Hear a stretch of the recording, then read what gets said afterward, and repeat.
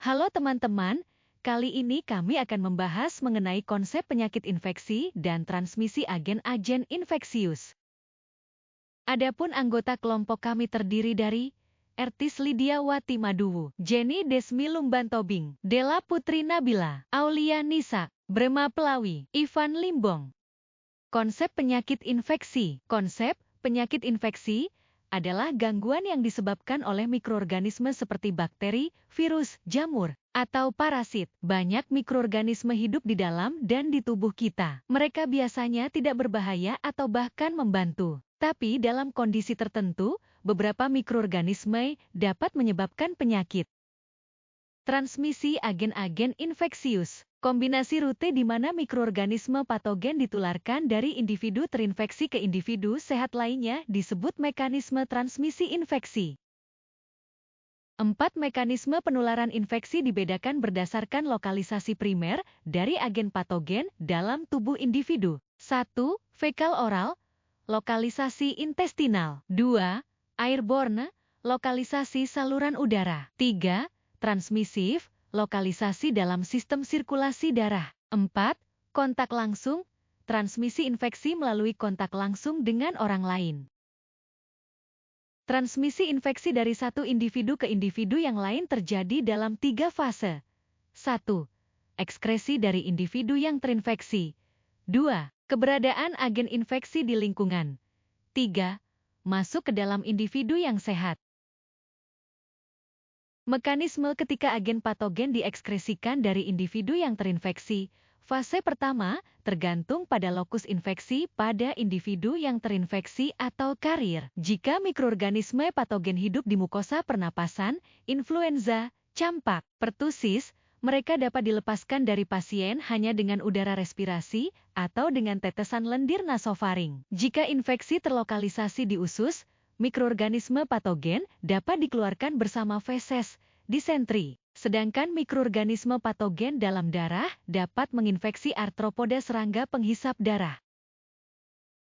Kehadiran agen penyakit di luar tubuh individu, fase kedua, terhubung dengan berbagai objek lingkungan. Mikroorganisme patogen yang dikeluarkan dari usus masuk ke tanah, air, barang-barang rumah tangga, dal. Sementara mikroorganisme patogen yang dikeluarkan dari saluran pernapasan akan bercampur dengan udara. Unsur-unsur lingkungan yang memerantarai penularan agen patogen dari satu orang ke orang lain disebut sebagai faktor transmisi. Agen patogenik kadang-kadang dapat ditularkan melalui kontak langsung dengan individu yang terinfeksi atau karier penyakit kelamin, rabies. Mikroorganisme yang menyebabkan penyakit infeksi, virus hepatitis, rubella, toksoplasmosis, sifilis, dan lain-lain, menginfeksi janin. Melalui plasenta, penularan infeksi transplasental. Mikroorganisme patogen dapat ditransmisikan secara mekanis selama proses transfusi darah atau komponennya, plasma, eritrosit, fibrinogen, dan lain-lain. Infeksi dapat ditularkan melalui alat medis yang tidak disterilkan, virus hepatitis, hepatitis B, AIDS. Jadi, faktor-faktor utama yang terlibat dalam proses penularan infeksi dapat disimpulkan sebagai berikut: udara, air, makanan, tanah, peralatan, dan arthropoda, agen hidup. Udara. Udara merupakan faktor penularan pada infeksi pernafasan. Kontaminasi terjadi terutama di ruang tertutup di mana pasien berada. Dari sumber infeksi, mikroorganisme masuk ke udara bersama dengan droplet sputum. Mereka dikeluarkan dalam jumlah besar selama bersin, batuk, dan percakapan. Tetesan dahak mengandung mikroorganisme patogen dan sering tetap berada di udara selama berjam-jam. Cacar air, campak, dan kadang-kadang dapat dibawa dari satu ruangan ke ruangan yang lain melalui aliran udara dan mengendap pada objek lingkungan. Setelah kering, tetesan dahak terbawa bersama debu yang kemudian dihirup oleh orang yang sehat. Infeksi melalui debu hanya dapat terjadi pada mikroorganisme yang mampu bertahan di lingkungan dan dapat bertahan hidup tanpa adanya air. Tuberkulosis mycobacteria, misalnya, dapat bertahan hidup dalam debu selama berminggu-minggu, dan virus cacar selama bertahun-tahun. Agen yang menyebabkan demam Q, antraks, atau tularemia dapat ditularkan dengan debu.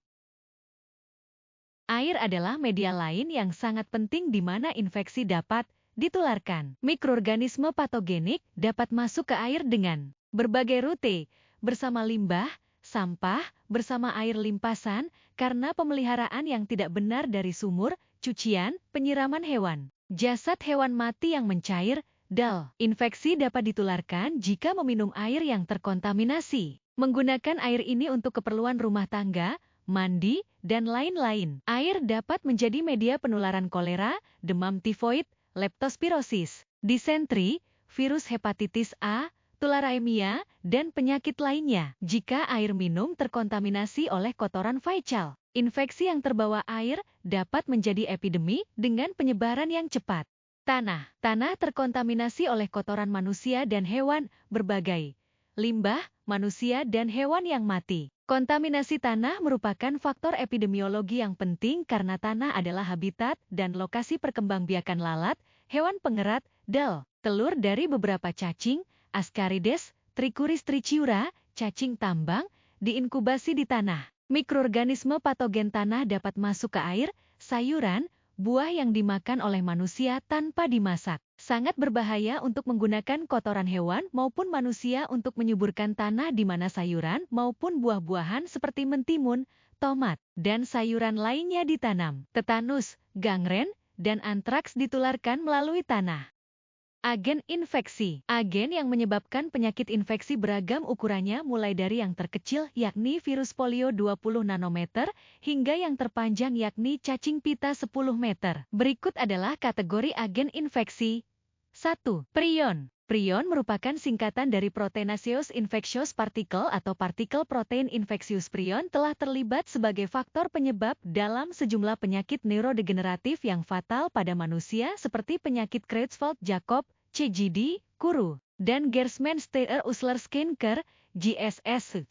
Penyakit prion dapat dimanifestasikan sebagai gangguan menular, genetik, atau sporadis.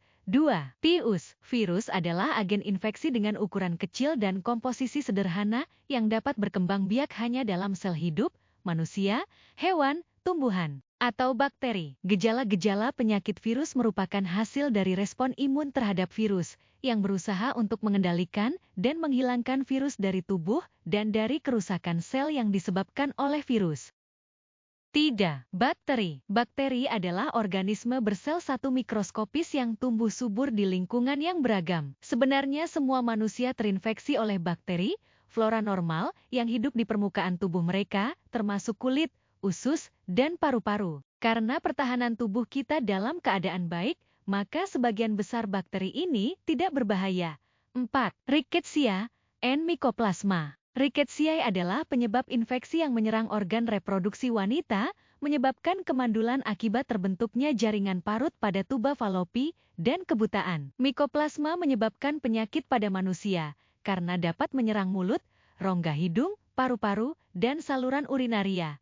5. Jamur. Jamur adalah organisme eukariotik. Jamur dapat menyebabkan infeksi pada tempat yang superficial maupun yang dalam. Infeksi superficial biasanya melibatkan kulit, rambut, atau kuku, sedangkan infeksi jamur yang dalam biasanya tetap laten pada inang yang normal. Mereka dapat menyerang jaringan dan menghancurkan organ-organ vital. 6. Protozoo. Transmisi protozoa yang hidup di usus manusia ke manusia lain biasanya terjadi melalui rute fekal oral, misalnya makanan atau air yang terkontaminasi atau kontak orang ke orang. Protozoa yang hidup di dalam darah atau jaringan manusia ditransmisikan ke manusia lain oleh vektor arthropoda, misalnya melalui gigitan nyamuk atau lalat pasir. 7. Helminthes cacing. Cacing parasit adalah organisme multisel dengan siklus hidup yang kompleks. Patologi yang terkait dengan infeksi cacing pada umumnya disebabkan oleh respons inflamasi terhadap telur atau larva daripada bentuk dewasanya, misalnya peradangan granulomatosa pada schistosomiasis. 8.